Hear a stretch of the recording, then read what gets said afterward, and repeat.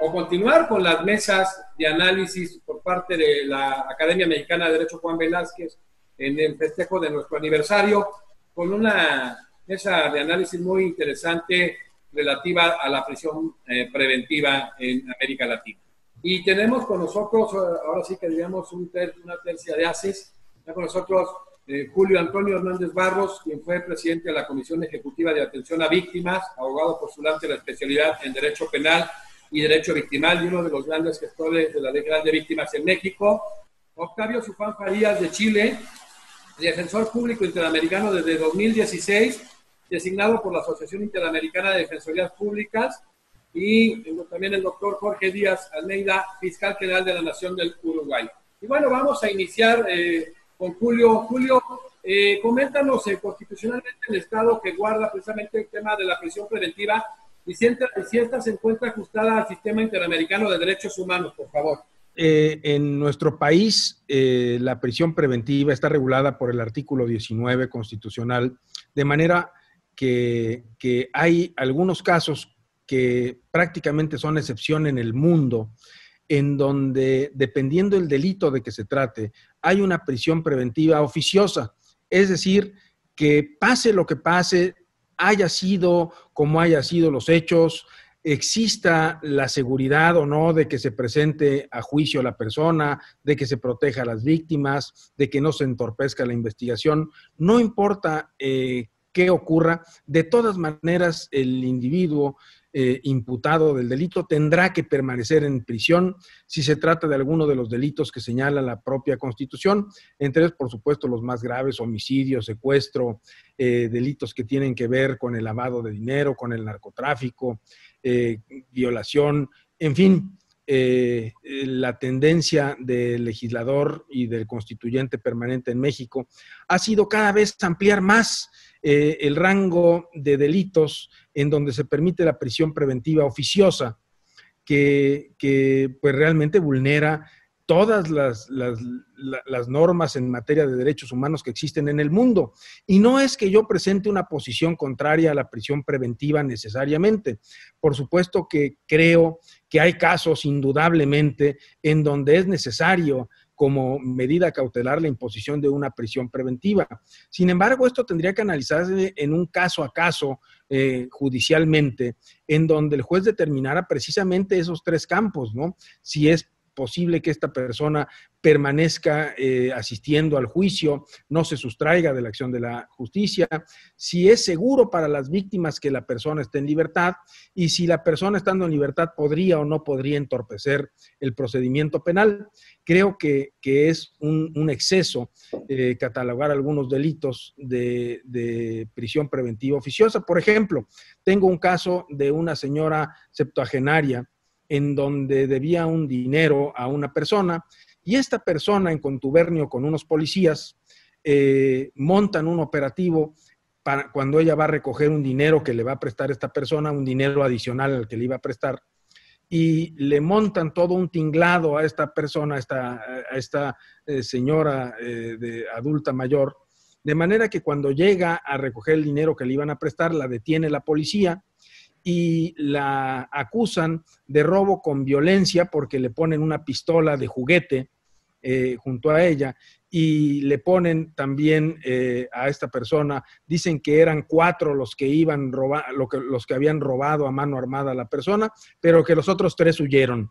Y entonces con eso se trata de un robo con violencia en pandilla. Y de acuerdo con la Constitución, el robo en violencia y con pandilla está confinado a una prisión preventiva oficiosa, de manera que por ningún motivo puede obtener la libertad. Y tenemos aquí un montaje debido a la corrupción y a la mala intervención de algunos policías y desde luego a la mala fe del acusador, en donde tenemos una persona que lleva 4 meses en una prisión para mujeres sin haber cometido prácticamente ningún delito, sin tener ninguna posibilidad de evadirse de la acción de la justicia, porque prácticamente no tiene dinero, tiene una casa en donde vive, en donde estaría residiendo permanentemente, tiene todas las necesidades de probar su inocencia y tiene todos los medios para hacerlo y lo va a hacer seguramente dentro del juicio, Pero mientras esto llega, pues seguramente le espera un año en la prisión gratuitamente porque la Constitución así lo dice. Y esto quizá sea una cuestión cultural. En México no estamos acostumbrados a que las personas se les presuma inocentes. Nosotros queremos verlos culpables desde el primer momento y los medios de comunicación así los presentan como culpables desde su propia detención. De manera que aquí te juzga el periódico Reforma, que es uno de los de mayor circulación. Luego apelas ante López Dóriga, que es uno de los periodistas también más antiguos de México, y finalmente pierdes el amparo en Televisa o en TV Azteca, en donde va a acabar. Es decir, los medios se encargan de hacer ese juzgamiento previo al judicial y a señalar esta violentación al principio de presunción de inocencia en nuestro país, que me parece, pues, a todas luces gravísimo, querido Jesús. Gracias, Julio. A Octavio Zufán, en el caso concreto de Chile, el establecimiento de la prisión preventiva cumple con los estándares marcados precisamente por el Sistema Interamericano de Derechos Humanos. Respondiendo directamente tu pregunta, podríamos decir que formalmente estamos dentro de los marcos que establece el sistema interamericano. Me refiero a la Convención y me refiero también a los fallos que ha establecido la Corte Interamericana de Derechos Humanos. Y digo formalmente porque evidentemente hay varias temáticas que cruzan y que impactan en todos los países. Ya lo mencionó Julio en México. Son temáticas que cruzan la medida cautelar de prisión preventiva, que no viene al caso definirla ni tampoco comentarla mayormente, sino que más bien mirar estos aspectos colaterales. Por ejemplo, el derecho a ser juzgado en un plazo razonable. Hoy día tenemos resoluciones judiciales que efectivamente decretan una medida cautelar de prisión preventiva, que debiera ser mientras dure una investigación, por el más breve plazo posible, pero vemos alarmantemente cómo nuestras cifras de tiempos de duración de los procesos van aumentando.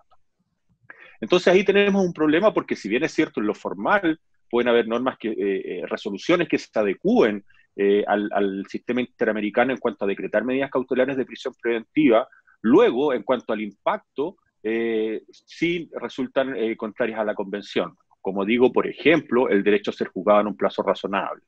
Por otra parte, si bien es cierto, en nuestro ordenamiento jurídico existe, tal como existe a nivel americano y probablemente en todos los ordenamientos jurídicos, o en la mayoría de ellos, la presunción de inocencia o el estado de inocencia, si lo queremos llamar más precisamente, lo cierto es que al momento de debatir medidas cautelares como la prisión preventiva en las primeras etapas del procedimiento, claramente existe una inversión de la carga probatoria, donde es el imputado quien debe acreditar su estado de inocencia o demostrar falta de participación ante los antecedentes que pueda invocar el Ministerio Público. Por lo menos ahí hay una tendencia importante que uno creo que no debe desconocer desde el punto de vista académico.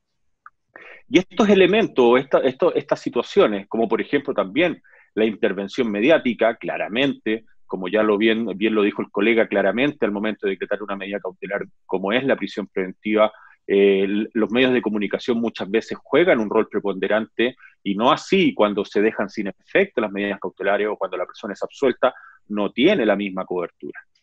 Y todo esto tiene, creo yo, un paraguas que es el núcleo y la esencia al día de hoy de un Estado democrático de derecho, y es el deber de fundamentación de las resoluciones judiciales. Y es ahí donde creo yo debemos hincar el diente los operadores del sistema para poder subir el estándar que se requiere desde el punto de vista convencional en una medida cautelar tan intensa como es la prisión preventiva. Solo un dato. Al año 2015 habían 10.35 millones de personas encarceladas en el mundo y solo en América 3,5 millones. Es una cifra exorbitante. Hay países donde el 60% de las personas que están en prisión lo están bajo una medida cautelar y no cumpliendo una condena, lo que claramente debiera ser inversamente proporcional.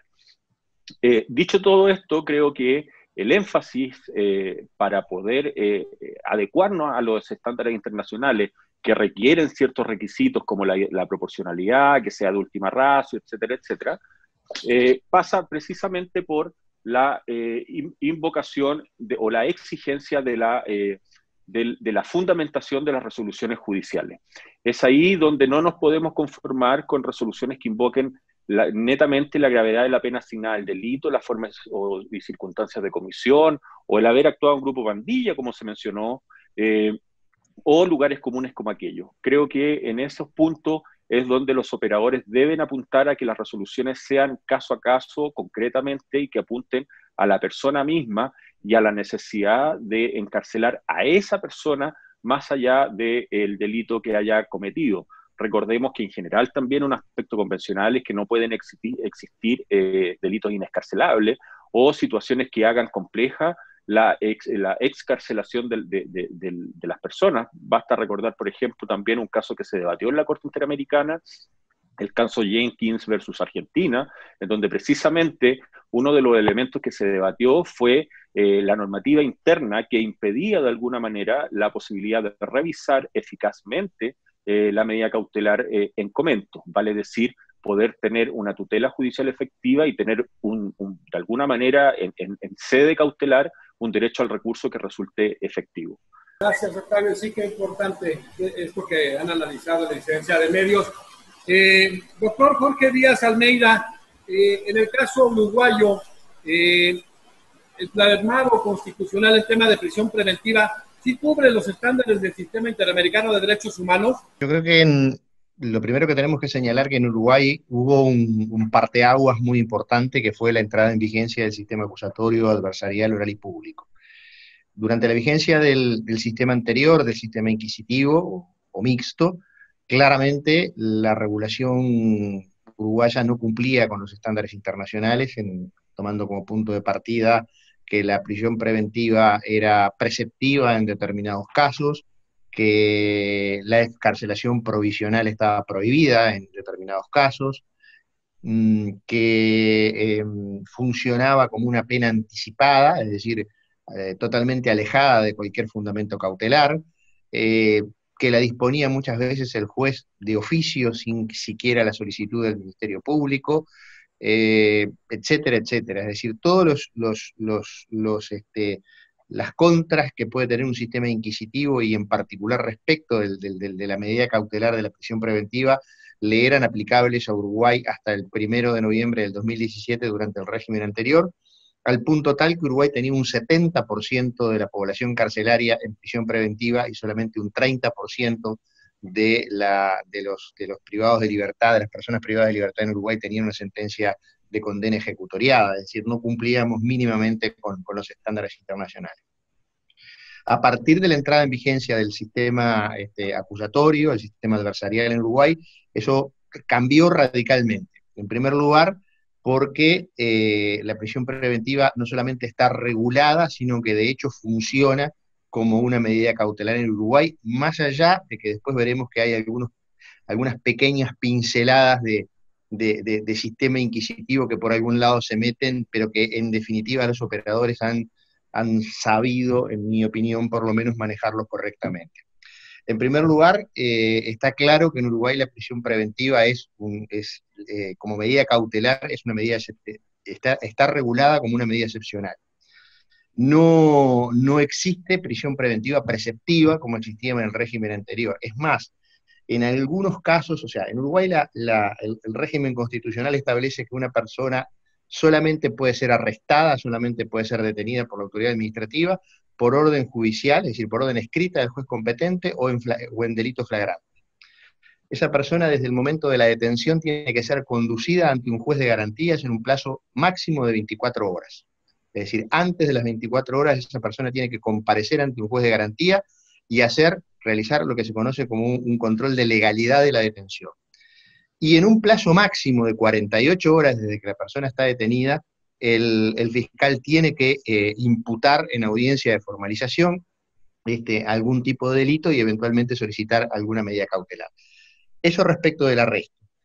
Respecto de la prisión preventiva, evidentemente solamente se puede pedir si se cumplen con determinados supuestos, un supuesto material que establece nuestra legislación, que es de que exista semiplena prueba o elementos de convicción suficientes de que se cometió un delito y de que el autor es de que el imputado es el responsable, ese como presupuesto material, y un presupuesto procesal que tiene que existir riesgo de fuga, riesgo de ocultamiento, destrucción de la prueba, y eventualmente hay un tercer factor que acá es donde se comienza de alguna manera meter el sistema anterior, que exista riesgo para la víctima o para la sociedad. El código luego establece una determinada serie de presupuestos, en los cuales, de hechos indicativos, en los cuales se entiende que efectivamente se cumplen con alguno de estos requisitos que habilitan la prisión preventiva. Obviamente, en el caso de la destrucción de la prueba está claro, en el caso de la fuga también, pero eso tiene que argumentarlo el fiscal y tiene que surgir de su carpeta de evidencia. El fiscal tiene que argumentar el presupuesto material y el presupuesto procesal. Eso se hace en audiencia. En esa audiencia en realidad funciona en principio como oralidad argumentativa, es decir, no se desahoga prueba en esa audiencia, pero el fiscal tiene que enumerar toda la evidencia colectada y razonar por qué de esa evidencia colectada surgen esos presupuestos. La defensa, que tiene acceso, y eso sí, preceptivo, y de hecho se cumple, a la carpeta del fiscal antes de esa audiencia, en ese plazo de 24 o 48 horas, argumenta, obviamente, en contra de la posición de la fiscalía, pero además la defensa tiene la posibilidad de solicitar de solicitarle al juez que le ordene al fiscal exhibir parte de su carpeta de investigación. Puede hacerlo o no, pero es prerrogativa de la defensa. Y además todavía, además de pedir eso, puede pedir que se desahogue prueba en esa audiencia, que efectivamente en esa audiencia se produzca prueba a los efectos de desacreditar o de desvirtuar la argumentación del fiscal. En los hechos, esto no se da muy habitualmente, más bien se maneja en la parte de oralidad argumentativa, pero ahí se discute la prisión preventiva en base a esos dos fundamentos, un presupuesto cautelar, un presupuesto material y un presupuesto procesal. De hecho, además, otra cosa interesante, los jueces en el Uruguay no disponen prisión preventiva sin plazo. Esto no surge de ninguna ley, ni de la Constitución. Pero los jueces de garantía en Uruguay le establecen un plazo a la Fiscalía para que desarrolle su investigación y le establecen un plazo de prisión preventiva. Vencido ese plazo, si el fiscal no pide la prórroga, el fiscal tiene que pedir una nueva audiencia, ir nuevamente ante el juez y pedir la prórroga de la medida cautelar de prisión preventiva, también con una fundamentación en presencia del imputado, de la defensa y demás. Si el fiscal no pide esa audiencia de prórroga, la persona queda en libertad, automáticamente. Esto ha hecho que los incidentes escarcelatorios tan comunes en el sistema anterior y que producían muchos emolumentos para los abogados que se dedicaban a esto, nosotros acá en Uruguay los llamábamos sacapresos, es decir, los abogados que vivían de hacer incidentes escarcelatorios. Bueno, los incidentes escarcelatorios ha desaparecido de la práctica judicial uruguaya porque los jueces, con esta práctica de establecer un plazo de revisión, automáticamente han superado, han eliminado el incidente escarcelatorio. No existen prisión preventiva preceptiva, porque si bien el Código establece que en el argumento de cuando existe riesgo para la sociedad, dice que si el individuo es reincidente o reiterante respecto de determinados delitos, como que existe una especie de presunción de peligro para la sociedad, pero eso no obliga al juez. Eso obliga al fiscal a solicitar la medida cautelar, pero el juez generalmente no se guía por eso y no decretan la prisión preventiva solamente por estos fundamentos, sino que además exige una acreditación del riesgo de fuga o del riesgo de destrucción de la prueba. En términos generales, yo creo que, bueno, otra cuestión que también cumple con los estándares internacionales es que la prisión preventiva no se puede cumplir en los mismos establecimientos carcelarios donde están los penados. Y otra cuestión que también coadyuva en sostener que creo que Uruguay cumple con casi todos los estándares internacionales establecidos por la Comisión Interamericana y por la Corte, y que surgen de la Convención, es de que existen plazos. Es decir, el individuo no puede estar en prisión preventiva. Creo que hoy en el Uruguay a nadie se le ocurre una prisión preventiva de 2 años, desde el momento de que se dispone, no creo que exista, salvo que, bueno, se vaya a juicio oral y el juicio oral se extienda, bueno, pero eso sería otra cosa. pero si en un plazo de 2 años, desde que se dispone la prisión preventiva, el fiscal no acusa, automáticamente la persona queda en libertad y no existe posibilidad de que se extienda más de ese tiempo la prisión preventiva. Y después, bueno, hay una serie de requisitos que establecen el límite temporal a la prisión preventiva. Con todos estos elementos, yo me animaría a decir que a partir del 1 de noviembre en adelante, y los procesos que se iniciaron a partir de ese momento, estamos cumpliendo, creo que objetivamente, con todos los estándares, y esto, fíjense ustedes, ha tenido un efecto muy importante. Uruguay hoy no ha disminuido su población carcelaria, es más, la ha aumentado, pero tenemos un índice de prisionización altísimo, yo creo que sumamente preocupante, pero Uruguay tiene el 80% de los privados de libertad, hoy tienen sentencia ejecutoriada de condena.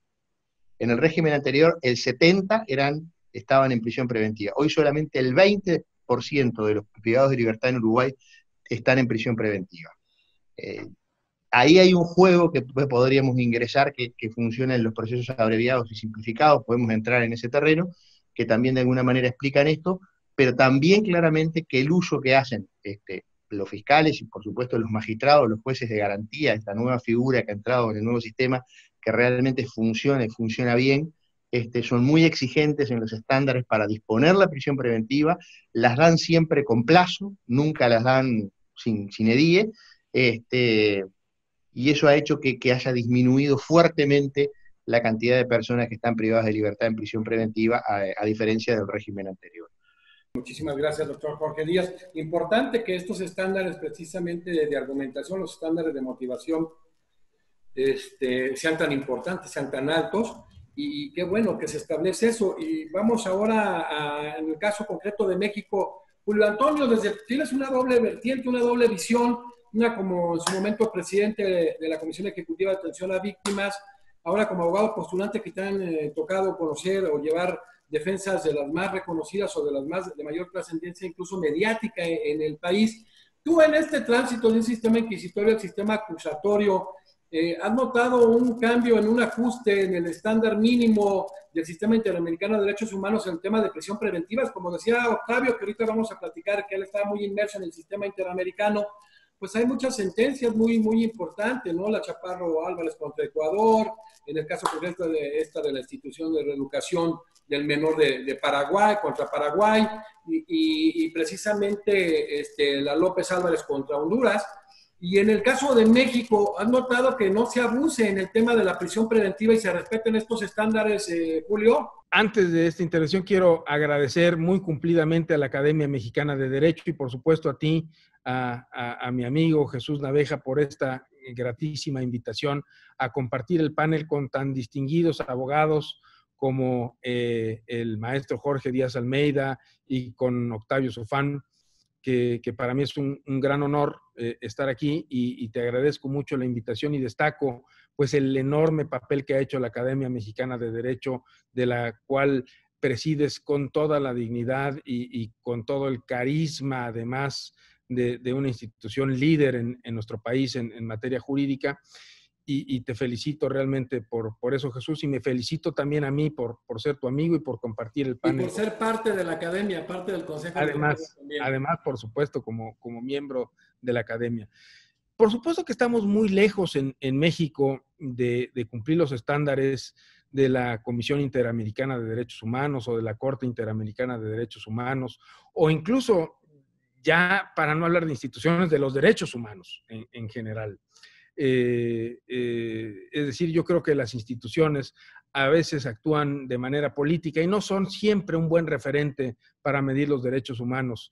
Si tomamos en cuenta, por ejemplo, que la Comisión Interamericana tarda entre 8 y 40 años en resolver un asunto y que generalmente lo resuelve a toro pasado cuando el gobierno que causó la violación de los derechos humanos ya no está en el poder y no se mete en problemas políticos y no señala las faltas a los derechos violados en su momento y con una terrible dilación que en sí misma es producto de violación de derechos humanos. Por eso yo no menciono como referente jamás a la Comisión Interamericana, que me parece un organismo de carácter más político que de cuidado de los derechos humanos en muchos casos, ¿verdad? Por supuesto que ha dolido y ha llegado a la llaga en muchos otros, pero generalmente pues espera el momento político adecuado para vertir sus recomendaciones y no meterse o no enfrascarse en conflictos políticos, porque pues de ahí viene también, y ahí creo que está el mal de la comisión, digamos, su capacidad de sobrevivir, ¿no? Porque los propios Estados miembros son los que aportan el dinero para que paguen los sueldos y para que exista, de manera que puede pasar como en Venezuela, ¿verdad? Que señalas de más violaciones a los derechos humanos y te retiran el patrocinio y entonces mejor dejas de señalarlos para evitar perder ese patrocinio. Es decir, no es un organismo del todo independiente a fin de cuentas. Pero los derechos humanos, por supuesto que son un ente preexistente y libre de la apreciación de cualquier organismo y que todos los podemos comprender, ¿no? Ya Jofre, el gran procesalista argentino, pues decía que la prisión preventiva debe ser la última ratio. Y yo coincido precisamente con él. Y con gran tristeza y sorpresa veo, bueno, pues cómo tanto el maestro Díaz Almeida como el maestro Zufán hablan de la inexistencia de una preceptiva que obligue a la prisión preventiva en sus países, como ocurre prácticamente en todo el mundo democrático. Y sin embargo, por supuesto que el cambio que sufrió México en 2018 en todo el país y desde 8 años, en 2016 en todo el país y desde 8 años antes, pues con la iniciativa de reforma para transitar precisamente a este camino de los juicios orales, como habla muy bien el doctor Díaz Almeida. Pues en México esta transición a los juicios orales, a ese derecho adversarial, oral, en donde se preconiza la inocencia de las personas hasta en tanto no existe una sentencia ejecutoriada, no existe. Es una burla, es realmente una cuestión solamente en los textos, porque en la realidad no existe. Y yo te puedo decir que hoy en día hay más casos de prisión preventiva oficiosa que antes de la reforma. Es decir, que el tránsito a estos juicios orales y a esta pretendida presunción de inocencia ha sido francamente nefasto. Jesús, si tú lo has vivido como mexicano, tenemos más personas en las prisiones esperando una pena que personas que hayan sido condenadas por algún delito cometido. Es decir, hay más personas en nuestras cárceles de personas que se supone que son inocentes, que se presume su inocencia, que de personas que ya se comprobó su culpabilidad. Y esto pues mostrará la gravedad del problema. Y conste que, repito nuevamente, yo no estoy en contra de la prisión preventiva per se. Es más, como defensor de víctimas que lo soy y que lo he sido durante los últimos años, creo que en muchos casos hay un verdadero riesgo de afectación a las víctimas si no hay una prisión preventiva. En muchos casos de violencia familiar, pues solamente sueltas al sujeto para que agrave la situación de la víctima. Y si la lesionó en un primer momento, pues lo que ocasionas es un feminicidio en la siguiente oportunidad. Solo por poner el ejemplo de algunos casos. Pero, por supuesto que esto, y lo repito, debe ser una consideración de caso a caso, ¿no? Antes se decía que un juicio que no empieza con la prisión del delincuente, pues nunca va a alcanzar al ladrón, así se decía, ¿no? Queriendo significar, pues que en todos los casos debería de detenerse a la persona hasta asegurarse que fuera inocente o culpable. Y eso pasaba en la Inquisición, ¿no? Te metían 5 minutos con unas piedras en un río y si aguantabas y sobrevivías, pues quiere decir que eras inocente. Si te ahogabas, eras culpable. Pero si eras inocente, pues a lo mejor habías hecho algún pacto con el arcano, con el demonio, y entonces eras enviado a un tribunal de la Inquisición para que te juzgara de posibles delitos de fe. Y eso pasa en nuestro país. Desgraciadamente, la prisión preventiva no es la excepción, sino la prisión preventiva es lo genérico. La excepción es la libertad. Déjenme decirles, queridos amigos, doctores Díaz Almeida y Zufán, que en México, por disposición de las autoridades, en el 95% de los casos, el Ministerio Público solicita como medida cautelar la prisión preventiva. en los casos en los que no es oficiosa, que son muchos. La mayoría de los delitos que se persiguen son de prisión preventiva oficiosa. O sea, más de la mitad de los casos que se presentan a los tribunales ni siquiera tiene que hacer una exposición y una justificación en el Ministerio Público, porque la propia Constitución, que es la que se supone que debería de defender nuestros derechos, es la que dispone los delitos en los que cabe la prisión preventiva oficiosa, que son la mayoría. Solamente los delitos de bagatela, los delitos de poca monta, los delitos sin importancia, son los delitos que permiten la prisión, una medida cautelar distinta de la prisión preventiva. Todos los demás, oficiosamente, el juez tiene que decretarla, so pena de ir a la cárcel él, si no la decreta por violación a la propia Constitución. De manera que esta situación en donde realmente lo cotidiano es la prisión preventiva oficiosa, y en los casos en donde no cabe la prisión preventiva oficiosa, de todas maneras el Ministerio Público la solicita, y en muchos de esos casos injustificadamente el juez la considera como una viable medida cautelar.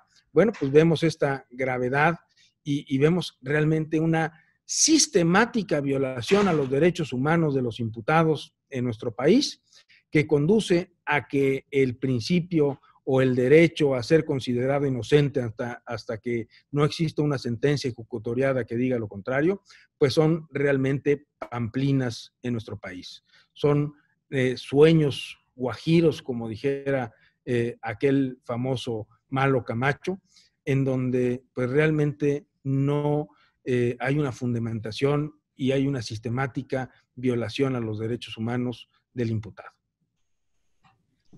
Muchísimas gracias, Julio. Es una mesa muy importante que, reitero, se va a complementar con una segunda mesa y veremos con todos los disertantes de las dos mesas y al final juntamos a los 6, porque va a estar gente precisamente de Naciones Unidas, de la Corte Interamericana y el candidato a la Procuraduría General de la Nación de Argentina.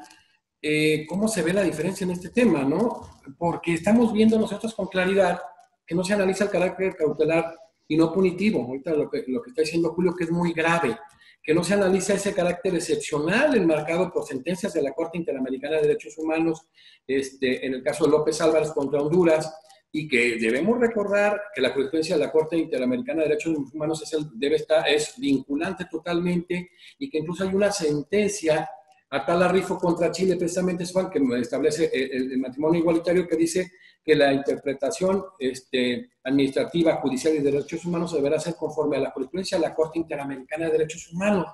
Se violenta claramente el artículo 8.2 referido a la presunción de inocencia, este carácter excepcional, verdaderamente nulo, y no se ha entendido, porque incluso complementariamente ese artículo 8.2 no señala que en un sistema inquisitorio o acusatorio no se dé o no se dé la presunción de inocencia. La complementaria debe darse, o sea, la diferencia aquí es el rol de las partes. Y eso es algo delicado, y este ejercicio que se está haciendo a nivel latinoamericano, creo que vale mucho la pena, pues sobre todo para ser homogéneo en el tema del respeto al sistema interamericano de derechos humanos.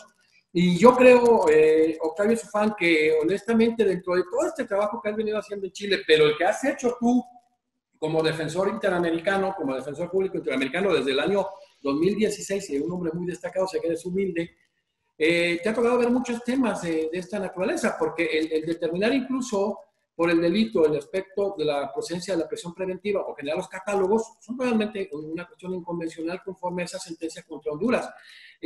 Quisiera ver tu opinión en lo personal con todo lo que has visto en el bagaje de la jurisprudencia de la Corte Interamericana de Derechos Humanos y lo que te ha podido tocar en casos específicos en los que tú has participado, Octavio Sufán, como defensor público interamericano. Yo creo que si analizamos la temática de la prisión preventiva o en general las garantías judiciales del artículo 8 de la Convención, me parece que no hay dos lecturas. La Corte Interamericana ha tenido una línea muy clara, la Comisión ha tenido una línea muy clara en este sentido.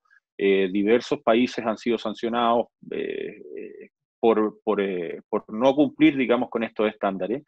Y en definitiva, lo relevante de eso básicamente pasa por acoger estos criterios dentro del ordenamiento interno. Me refiero específicamente a que el fin de la medida cautelar sea compatible con los fines de la Convención, que en el fondo el Estado es el que está al servicio de la persona humana y no al revés, que la persona humana está al servicio del Estado y por ende su privación de libertad. Que la medida cautelar en este caso, como la prisión preventiva, sea idónea, que sea necesaria y que sea absolutamente indispensable. Porque efectivamente cuando uno dice que las medidas cautelares deben de alguna manera satisfacer los fines del procedimiento, sin duda que la más extrema siempre satisface los fines del procedimiento. Si yo quiero asegurar la presencia del imputado en los fines del procedimiento, la medida cautelar que más garantía da es la prisión preventiva, porque lo tengo encerrado hasta el momento en que lo necesite, qué duda cabe. Pero será efectivamente la más proporcional, que es el requisito siguiente que nos ha impuesto la Convención y la Corte Interamericana. Y lo último es básicamente lo mismo que ya hemos señalado, que cualquier restricción o de libertad tiene que tener una motivación suficiente, tanto en presupuestos materiales, a existencia del delito, indicios de existencia de delito y de participación, presunciones fundadas de participación, pero también en cuanto a la necesidad de cautela, para que sea adecuado al 7.3 de la Convención también. Entonces, hay diversos casos, es cosa de buscar. Está, como decía, el caso Jenkins, un señor que estuvo 4 años encarcelado y es liberado recién en sede de juicio oral, y finalmente su caso termina ante la Corte Interamericana porque no encontró ni resarcimiento, ni reparación, ni medidas correctivas dentro del ordenamiento jurídico interno. Norín Catrimán, que es un caso contra Chile, también aborda esta temática, pero en definitiva abordan los mismos presupuestos que hemos venido señalando. Matices más, matices menos, estimado Jesús. Creo que a nivel americano, creo que debemos ir aprendiendo un poco de cada uno de nosotros e ir recolectando experiencias. A mí me llama poderosamente la atención lo que comenta nuestro colega mexicano respecto de la forma como se aplica la prisión preventiva en vuestro país.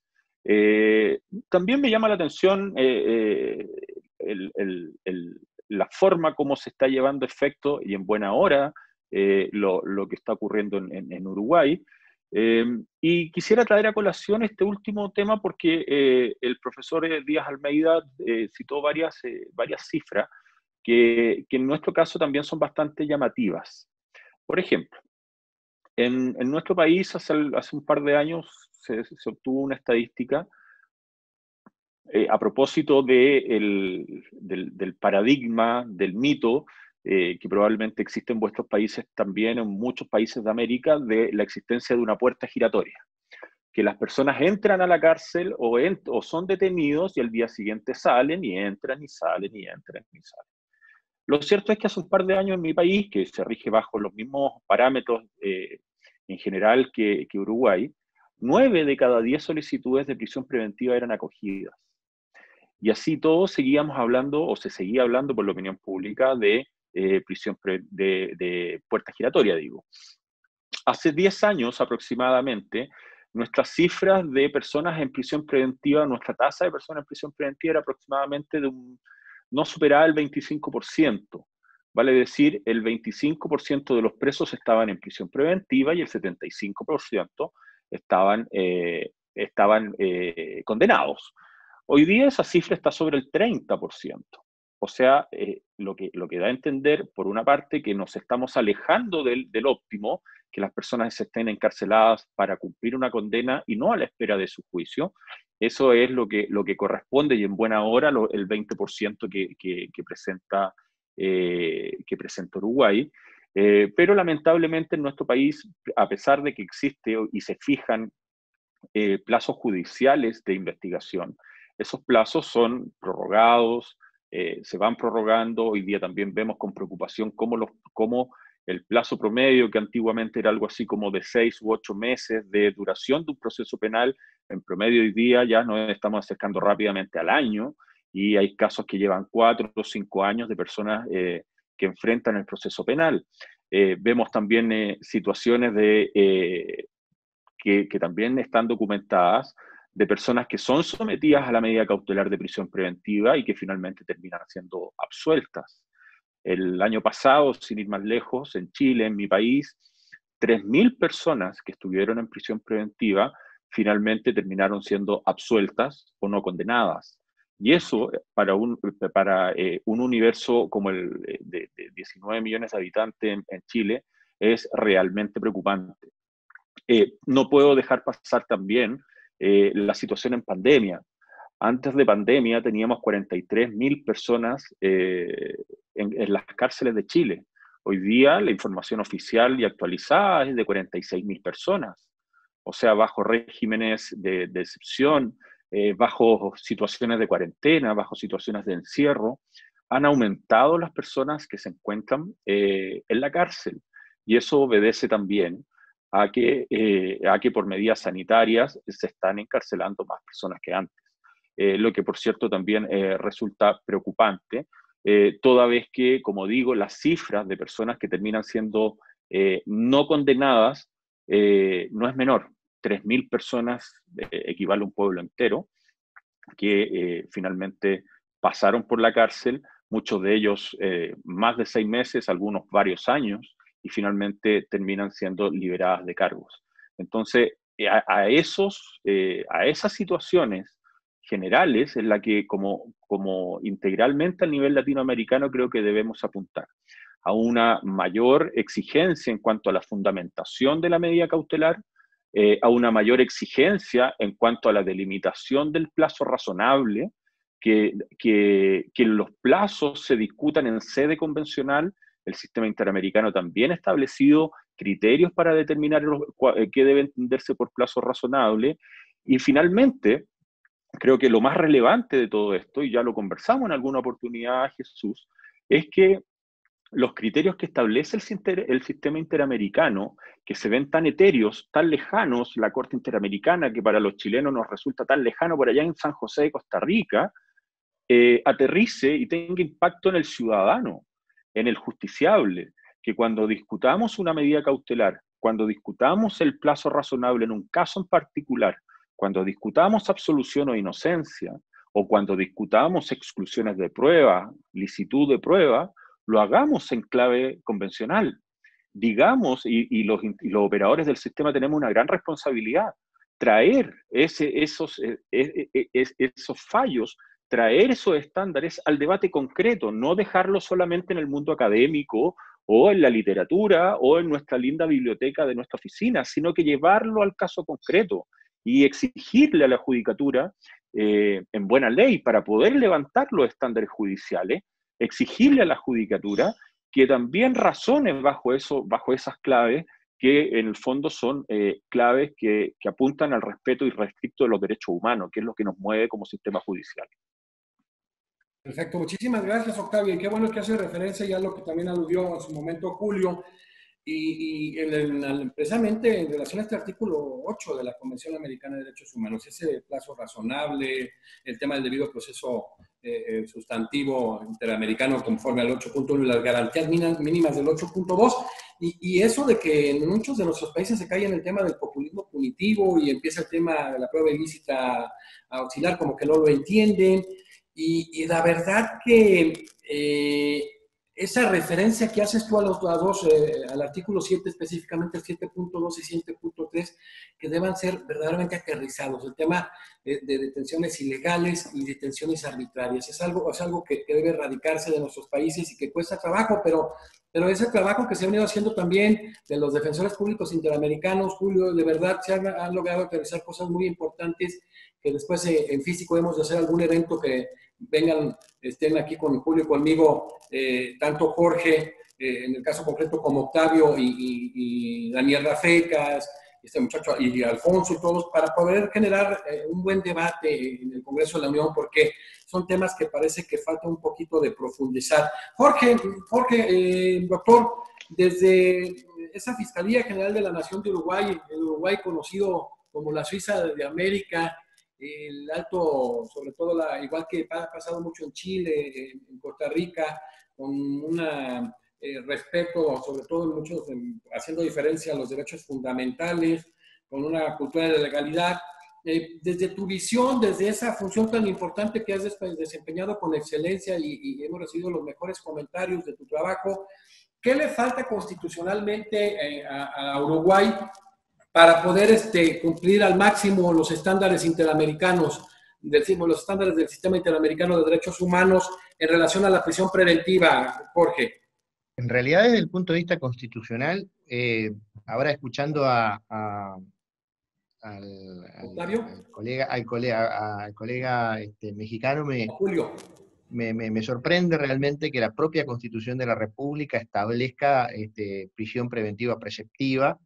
En Uruguay, si se estableciera alguna norma legal en ese sentido, sería declarada inconstitucional por la Corte Suprema, porque la propia claro. Corte Suprema, nuestra propia Constitución establece que nadie puede ser penado ni confinado sin debido proceso y mediante sentencia ejecutoria y demás. Por lo tanto, esta especie de prisión preventiva preceptiva suena más a una pena, a un confinamiento, que a una medida cautelar. Yo creo que si en Uruguay se estableciera una ley de esas características, probablemente fuera declarada inconstitucional. De hecho, nuestro legislador lo intentó hacer, aún después de aprobado el sistema acusatorio, y ante la advertencia que se le hizo desde la Fiscalía y desde de la Defensa Pública y de los propios colectivos de jueces, eliminaron esa frase y bueno, sí, nos establecieron que el Ministerio Público tiene la obligación de pedir la prisión preventiva en esos casos, pero obviamente en el acuerdo prácticamente entre distintos operadores de que los jueces, nosotros incluso ahora le hemos planteado al Parlamento decir, bueno, no nos obliguen a los fiscales a pedir prisiones preventivas, que ya sabemos que nos van a decir que no. Pero es un cumplimiento formal de pedirla, pero si no se dan los presupuestos materiales y procesales, ya sabemos que los jueces nos van a decir que no. Pero esto ha sido un largo proceso. Uruguay incluso fue observado por la Comisión Interamericana en el sistema anterior, en el sistema inquisitivo, en el caso Peirano. Fue intimado a modificar su regulación en materia de prisión preventiva, y ese fue incluso alguno de los fundamentos que se usaron para impulsar la reforma procesal penal en su momento. Pero está claro que hay un antes y un después.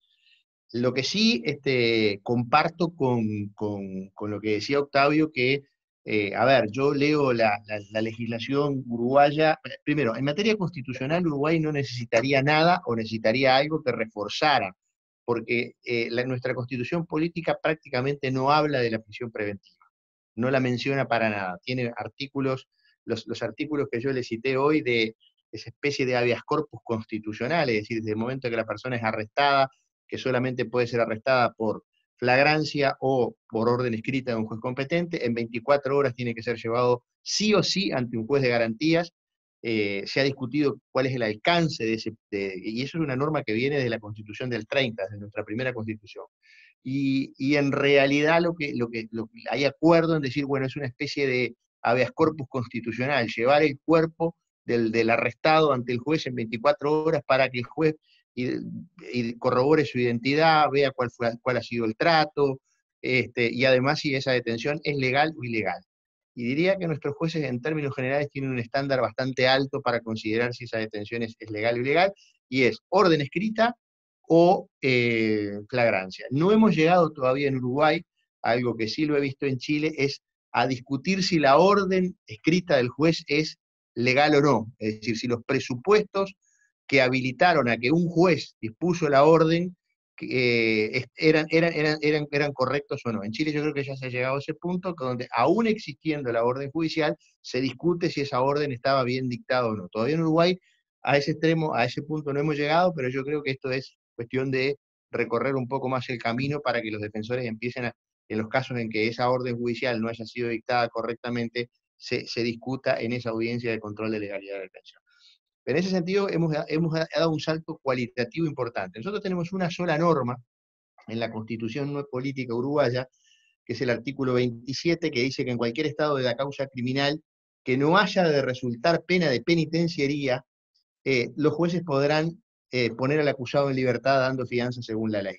Esta norma fue interpretada históricamente en Uruguay como que si el delito imputado recaía pena de penitenciaría, nosotros tenemos de 3 meses a 24 meses son penas de prisión, de 2 años para arriba son penas de penitenciaría, se razonaba contrario sensu y automáticamente se disponía la prisión preventiva en función de esta norma. Esta norma ha sido releída a la luz precisamente de la Convención, y hay autores como el doctor Rizzo Ferrani y demás, que han impulsado una interpretación diferente de esta norma constitucional, y hoy es pacíficamente admitido que esta norma constitucional no dispone una prisión preventiva en esos casos. Por lo tanto, ese que era uno de los escollos que teníamos, con la misma constitución política, con una lectura a la luz de la Convención, hemos superado eso.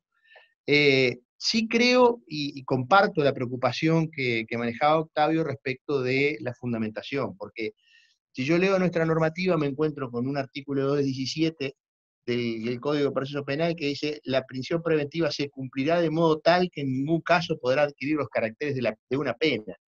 Fíjense ustedes, de modo tal que en ningún caso podrá adquirir los caracteres de una pena. Y después de la otra norma que ya les citaba, que era la norma que prohíbe que las personas que están en prisión preventiva estén en las mismas dependencias que las personas que están cumpliendo pena. Es decir, hay como el legislador marcó claramente determinadas cosas que a nuestro juicio refuerzan fuertemente el concepto de medida cautelar. Pero sin duda, han sido nuestros jueces, y la verdad que yo en ese sentido, yo fui juez antes de ser fiscal general, pero me siento orgulloso del Poder Judicial, de los jueces penales de Uruguay, en la medida en que, en el establecimiento de un plazo. Es decir, prácticamente no se disponen prisiones preventivas en Uruguay si no es un plazo. Y es verdad, el fiscal puede pedir una nueva audiencia, puede solicitar una prórroga de esa medida cautelar, pero en ese caso el juez lo que le va a preguntar concretamente, bueno, ¿y qué le falta? ¿En cuánto avanzó su investigación? A ver, dispuso una medida por 30 días, 60 días, 120 días, creo que son las más altas. Bueno, en este periodo, ¿usted qué hizo, señor fiscal? ¿Cuánto avanzó su investigación? O la pidió y obtuvo la prisión preventiva y se sentó a descansar, a dedicarse a otras causas, y bueno, cuando se le venció el plazo, ¿cuánto avanzó? Yo creo que esa es una actitud proactiva de parte de los jueces que es bien importante. Por eso me parece que es importante la academia, es importante los operadores, y que los operadores empiecen a tomar, a asimilar y a aplicar toda la doctrina de los derechos humanos y todo lo que tiene que ver con una lectura en clave de derechos humanos de las normas penales. Sí tenemos el tema de la situación en pandemia que mencionaba Octavio. Nuestra población carcelaria ha subido, pero no tenemos casos de coronavirus en cárcel. Hasta ahora Uruguay tiene muy pocos casos de coronavirus, y no hay un solo caso de coronavirus en cárcel. Es más, hubo una medida que la comento porque resulta un poco hasta graciosa. En un determinado momento los privados de libertad pidieron que se suspendieran las visitas para que no les llevaran el coronavirus a ellos. Era una cosa muy graciosa. Duró muy poco tiempo, obviamente, porque era insostenible, pero creo que por 15 días o 20 días estuvieron suspendidas las visitas a pedido de las personas privadas de libertad. Y eso que nuestras cárceles, la verdad que dejan bastante que desear, como en casi todas las de América Latina. Y respecto de los juicios absolutorios, Octavio, está claro de que los juicios se ganan y se pierden. Nosotros también hemos tenido casos de que hemos perdido juicios de personas que han estado en prisión preventiva. En Uruguay hay una reparación económica. Esa reparación económica incluso está tasada en sus mínimos, es decir, de por sí hay un mínimo de reparación por día de prisión, que no quiere decir que no se pueda reclamar más, porque evidentemente el daño no puede estar tasado, pero por lo pronto establece un mínimo de reparación económica, que hay que ir a juicio, es verdad, que hay que iniciar un juicio civil, que no es automática, no funciona en clave administrativo, pero bueno, de alguna manera creo que en Chile hay un procedimiento distinto, porque creo que por lo que tengo entendido, creo que hay que reclamar ante la Suprema Corte, y la Corte decide si hay mérito o no para iniciar un juicio reparatorio. Nosotros esa limitación no la tenemos, e históricamente en Uruguay siempre se pudo reclamar por prisión indebida. Es más, una ley bastante vieja que establece en una unidad indexada el mínimo de la reparación. No es lo que uno desearía bueno, que efectivamente las personas que hayan estado en prisión preventiva efectivamente luego sean condenadas, o sean efectivamente, pero no los vamos a condenar porque hayan estado en prisión preventiva. Si hay que absolverlos nomás. Pero bueno, yo creo que acá hay un largo camino por recorrer. El primero, obviamente, son las modificaciones jurídicas. Creo que lamentablemente México, con una disposición de esas características, es una tranca muy grande, porque salvo que cambie la constitución política, está claro que la constitución es contraria a la convención, totalmente. Parecería que ahí hay un problema de compatibilidad muy grande entre la constitución política y la convención. No sé hasta dónde los jueces, por ejemplo en Uruguay, si bien tenemos un control de constitucionalidad concentrado, es decir, solo la Corte Suprema puede declarar inconstitucional una ley, y además esa declaración de inconstitucionalidad es para el caso concreto, en general hay una tendencia que está ganando terreno entre los jueces de que el control de constitucionalidad es concentrado, porque así lo dispone la Constitución política, pero el control de convencionalidad no.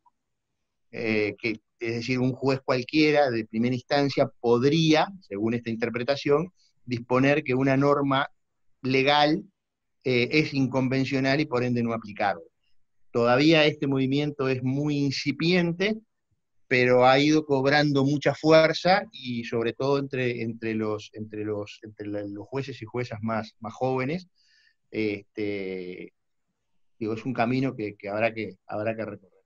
Los problemas de nuestros congresos y los problemas del sistema de los más media que han llegado a la puerta de la justicia penal para quedarse, para presionar, el reclamo permanente de la demagogia punitiva, el fetichismo normativo, el creer que aprobando una ley se soluciona un problema. Bueno, eso creo que son problemas comunes. Sí, el legislador cree que la ley es como una varita mágica de Harry Potter, que basta aprobar una ley para que la realidad cambie.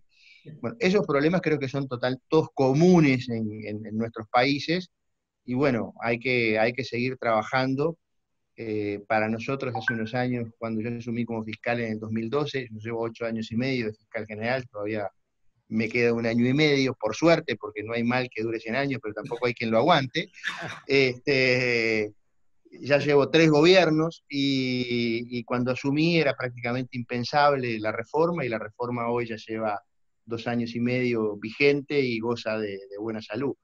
Por lo tanto, en su momento, hace muchos años, lo sigo mirando con mucho cariño los hermanos chilenos. Antes era con admiración, cuando fui en el 2005 a Santiago a conocer qué era eso de la reforma procesal penal y el sistema acusatorio.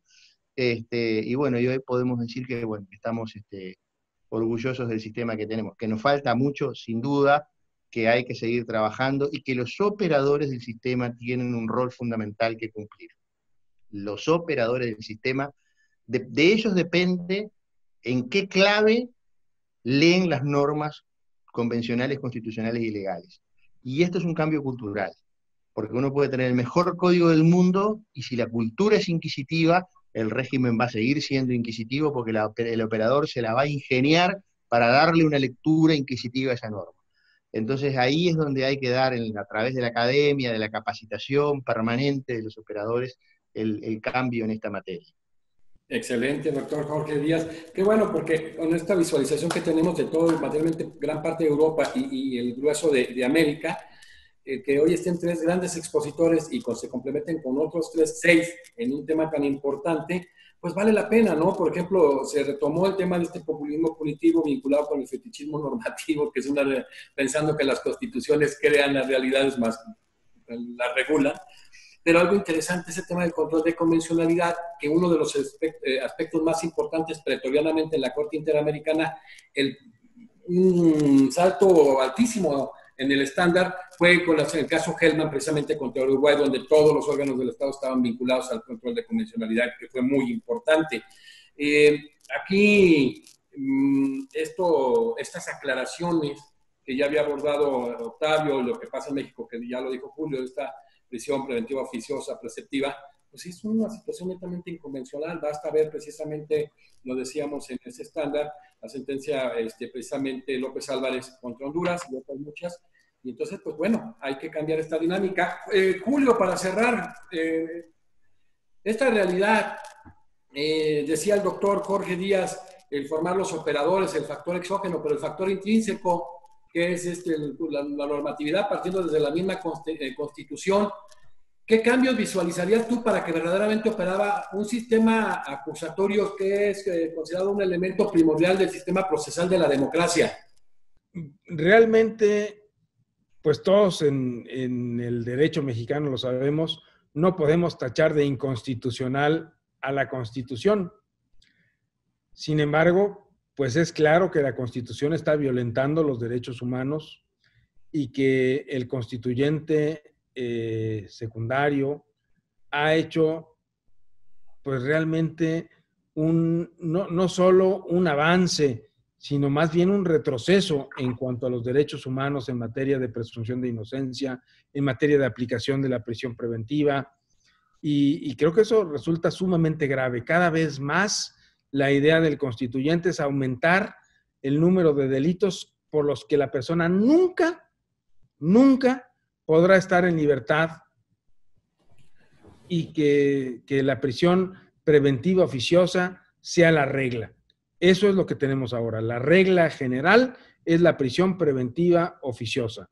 La mayor parte de los delitos pues están configurados de acuerdo con esta prisión preventiva oficiosa y bueno, pues no cumple la Constitución con los principios que ha señalado la Comisión Interamericana y la Corte Interamericana de Derechos Humanos de excepcionalidad, es decir, la prisión preventiva debe ser excepcional solamente en aquellos casos en donde no se pueda garantizar el cumplimiento de esas tres partes que ya decíamos, que siga compareciendo al juicio la persona y que pueda ser condenada y se presente a cumplir su condena.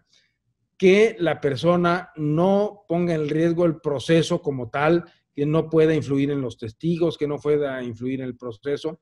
Y tercero, que se salvaguarden los derechos de la víctima. Tres fines que me parecen formidables, esenciales, pero que deben de ser analizados caso por caso y no como lo quiere el constituyente en México, que por haber cometido determinado delito ya necesariamente te quedes en la cárcel.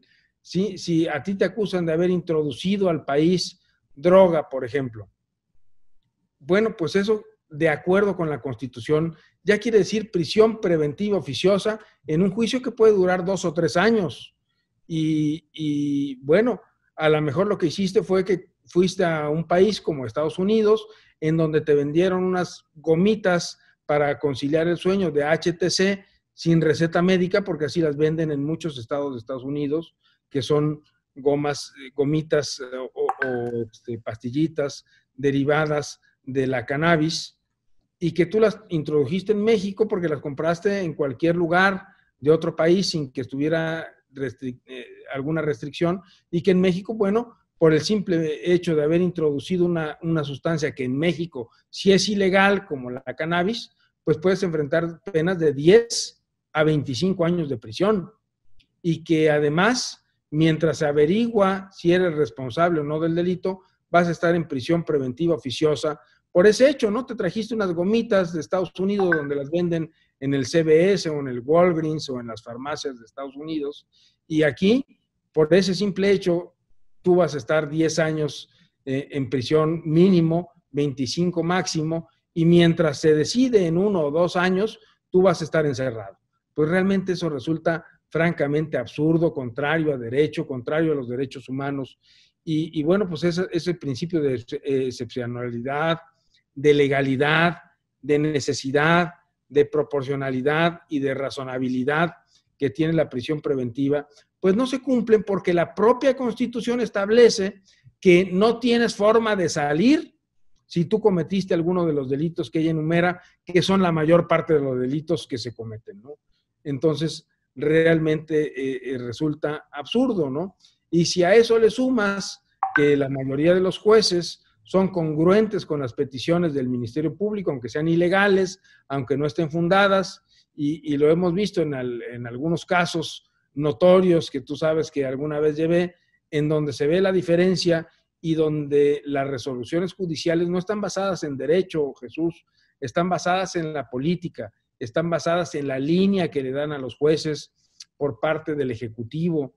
Y bueno, pues esto realmente entorpece todo el sistema jurisdiccional de nuestro país. Y creo yo que debemos guiarnos hacia otro camino, un camino garantista, un camino en donde se respete la presunción de inocencia, un camino en donde sea el juez el único encargado de determinar si la persona efectivamente se puede sustraer de la acción de la justicia, si la víctima está en peligro o el debido proceso está en peligro porque esté en libertad, y realmente comprobarlo, y no sea nuestra propia Constitución, la Carta Magna, la que da los derechos, la que los restrinja. Realmente, bueno, pues es causa de una gran vergüenza ver con la facilidad en que México ha violado los acuerdos internacionales, los tratados internacionales, y en que los jueces, cuando tú esgrimes esos tratados internacionales como causa, por ejemplo, para una medida cautelar distinta de la prisión preventiva, aunque la Constitución lo diga, le dice, oye, pues es que también el artículo primero dice que los tratados internacionales en materia de derechos humanos están por encima incluso de nuestra Constitución. No hay juez que se atreva a decirlo, ¿no? Todos están supeditados al Ejecutivo, todos tienen miedo, todos están realmente violando los derechos. Y hay un dicho en México muy fácil que dice, un auto de vinculación y un vaso de agua no se le niegan a nadie. Y eso lo puedes aplicar para la prisión preventiva. Es decir, tú lo has vivido y nosotros lo vivimos, que del dicho al hecho hay mucho trecho. Y realmente, pues en México tenemos una gran falta de cumplimiento, no solo de los derechos humanos consagrados por la Corte Interamericana de Derechos Humanos y por la Comisión Interamericana, sino de los derechos humanos en general, que yo digo que tienen vida propia de estos organismos y que México reiteradamente se ha negado a respetar.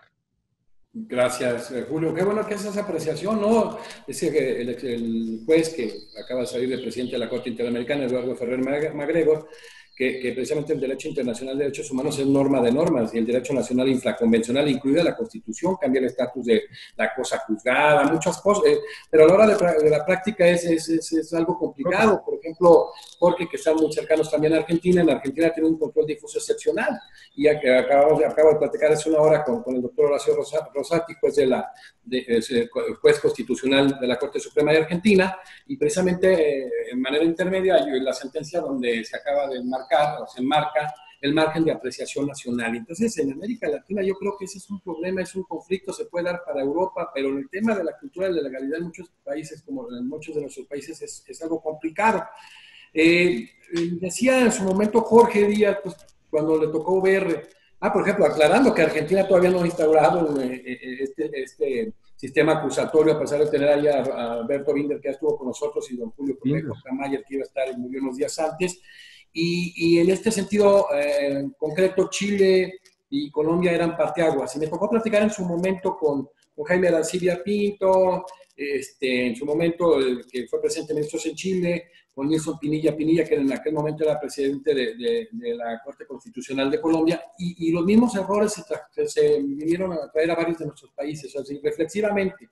El factor intrínseco, con una normatividad con un sinnúmero de deficiencias, basta ver lo que ha pasado en México con el Código Nacional de Procedimientos Penales, y el factor exógeno, que el doctor Jorge Díaz hace una gran alusión, el tema de la formación de los operadores. O sea, si no hay ese cambio de visión, que no hay ese cambio de cultura, de nada sirve. O sea, se hace un sistema todavía más inquisitorio. Ha resultado en muchos casos, como lo dice Julio, un sistema más inquisitorio a veces en México del que teníamos antes. Octavio Zufán, para cerrar tu excelente participación, y muchas gracias por estar de nueva cuenta con nosotros.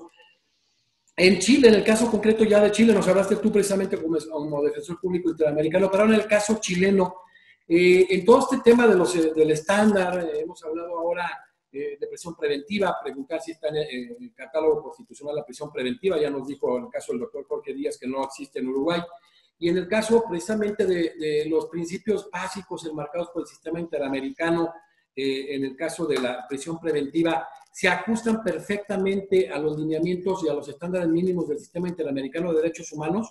Voy a responder con lo que quiero responder primero. ¿ya? Y lo que quiero responder primero es la pregunta que le planteaste al profesor Díaz Almeida, si hay algún cambio constitucional que realizar en la Constitución Política de Chile, y con una mano en el corazón quisiera decir que sí.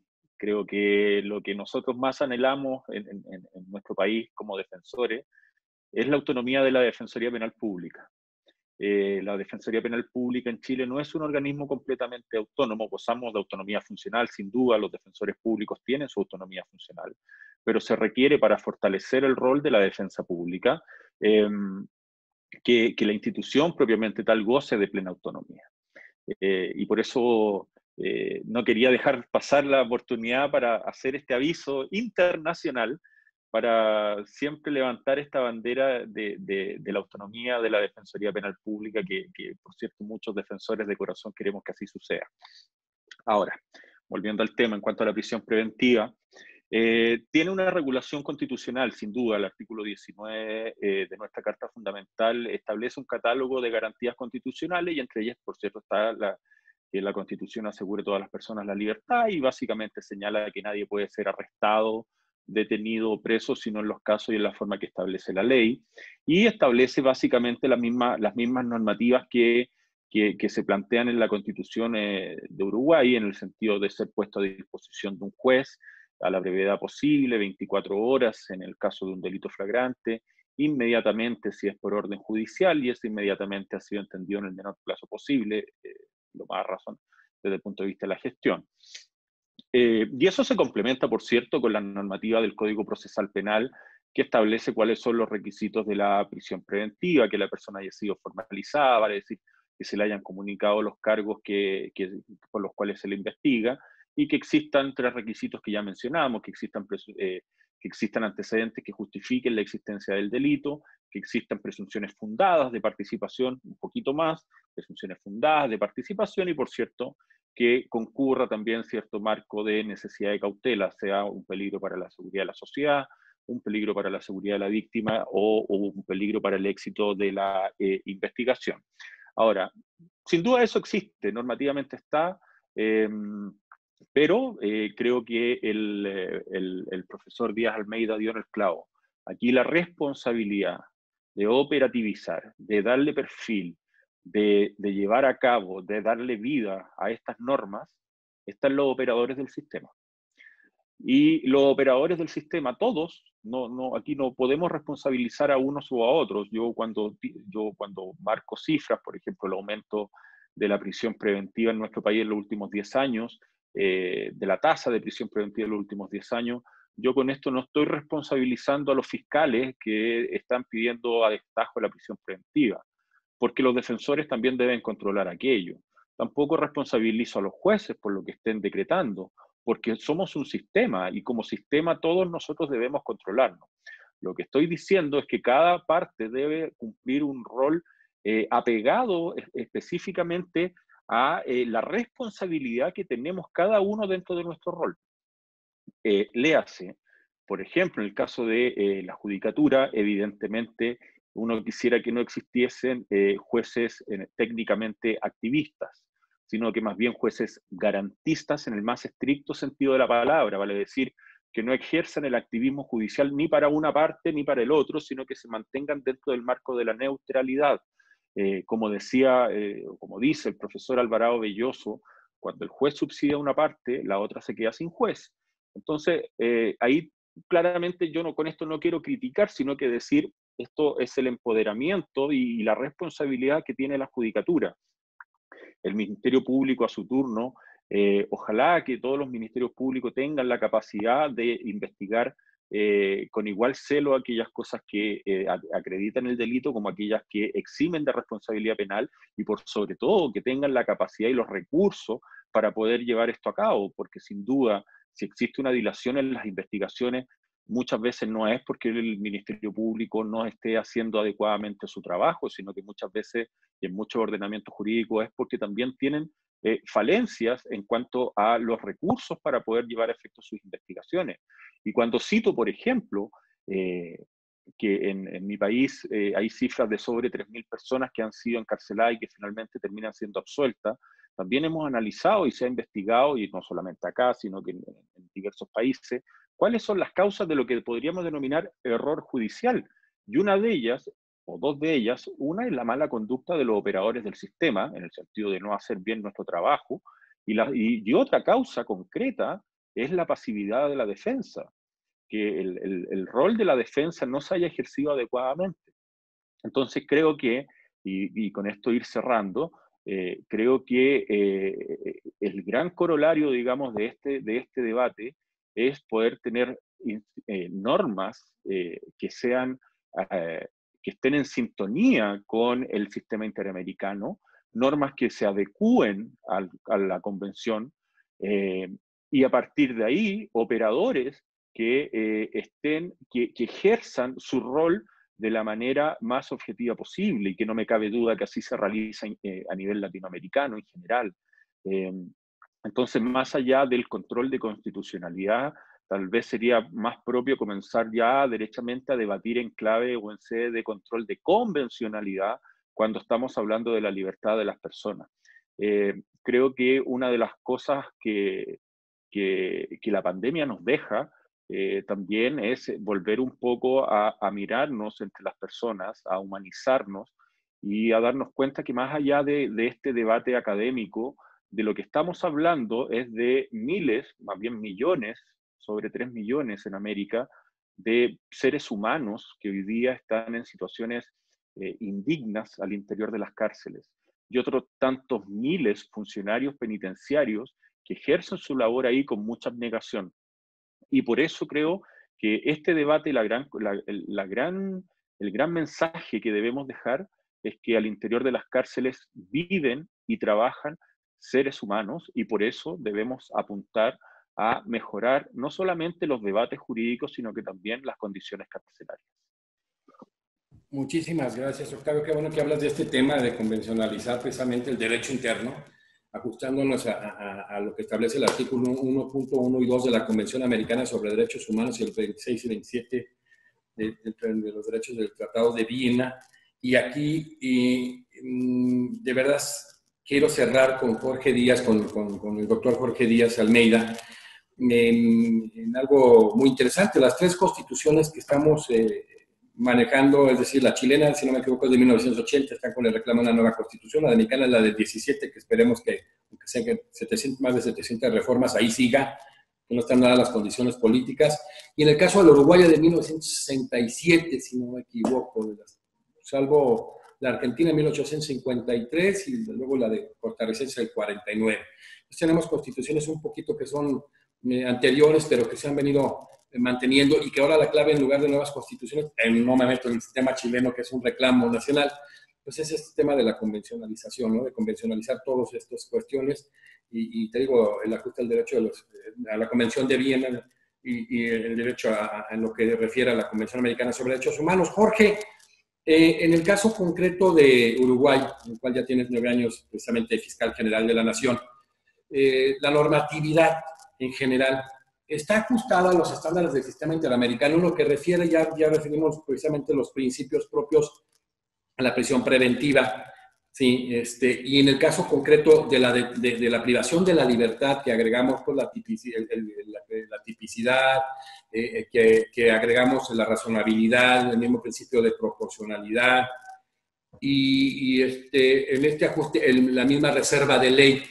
¿Crees tú, cerrando, que hay un ajuste o se tiene que hacer todavía esa adecuación que ya la manejó Julio en el requerimiento y está hablando en el tema de Octavio?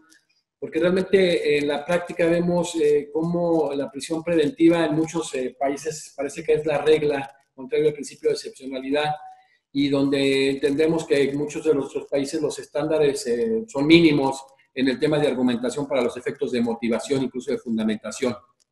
En Uruguay yo creo que las normas constitucionales que refieren, si bien nuestra última constitución es del año 97, hubo alguna reforma en el año, 67, hubo alguna reforma en el año 97, 98, pero vinculado a sistemas electorales, nada que ver con estos temas.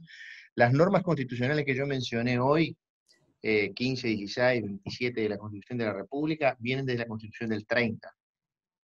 prácticamente con la misma redacción. Es decir, esas normas constitucionales a los que hice referencia y que dicen relación con el arresto, con la prisión preventiva, esa única norma que dice relación con la prisión preventiva, vienen de la Constitución del 30. Es decir, en ese sentido, no requeriríamos una mayor normatividad en materia de derechos humanos en el plano constitucional. Obviamente que luego el partido se juega en el plano de la ley, y ahí la discusión de la constitucionalidad o de la convencionalidad de las leyes. Incluso nuestra Corte Suprema ha establecido en la discusión que existe, bueno, en Uruguay históricamente la posición era de que como Uruguay para ratificar una convención, un tratado internacional requiere ley. Originariamente, en el año 57, hay un trabajo de Grosse-Spiel que decía que como se ratificaba por ley tenía valor de ley. Bueno, eso ya ha sido largamente superado.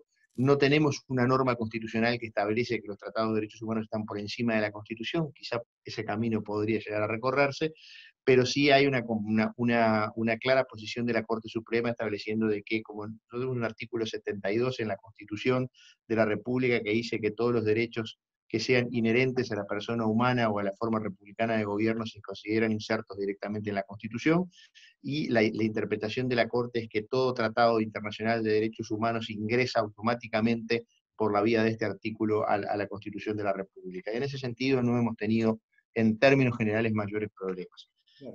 Sí suscribo todo lo que dijo Octavio, incluso más allá de mi condición de fiscal, la necesidad de una autonomía de la defensa pública. La defensa pública en Uruguay no es autónoma, está dentro del Poder Judicial, depende de la Corte Suprema, y evidentemente no es la mejor. Creo que existe un consenso en el Uruguay de que no es la mejor ubicación institucional, pero como decimos acá, siempre que existe un consenso y estamos todos de acuerdo en algo, seguramente no se va a cambiar, porque hay que ponerse de acuerdo en hacerlo, después y cómo hacerlo.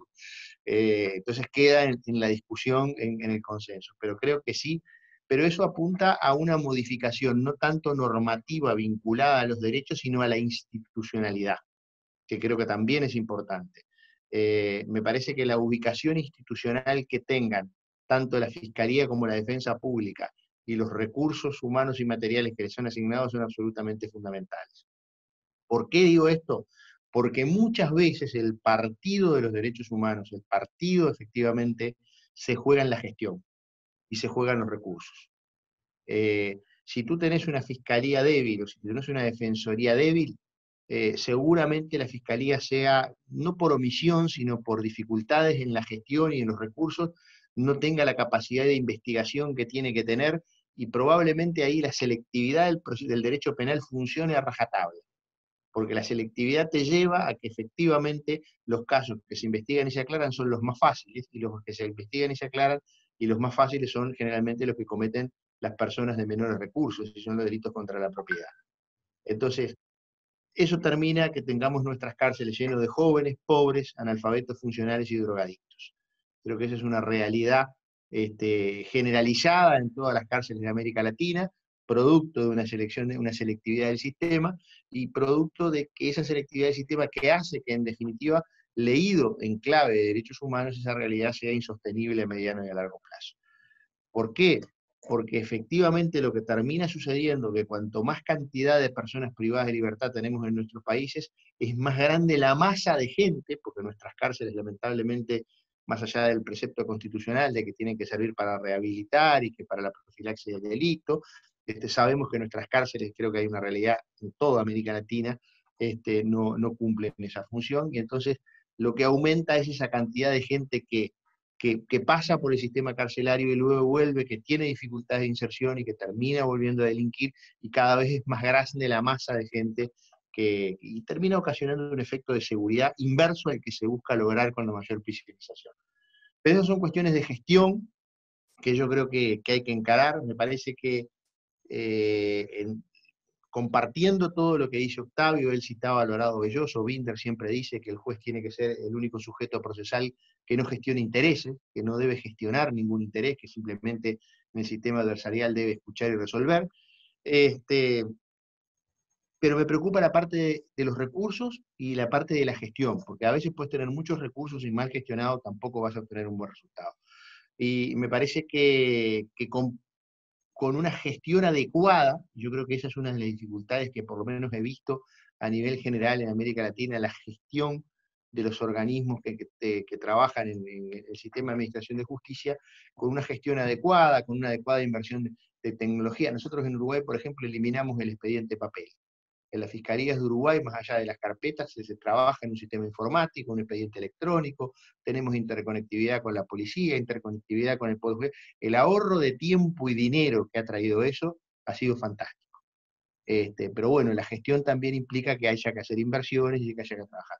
Pero la inversión fundamental, porque podemos tener las mejores computadoras, los mejores software, la mejor tecnología, la inversión fundamental es en el ser humano.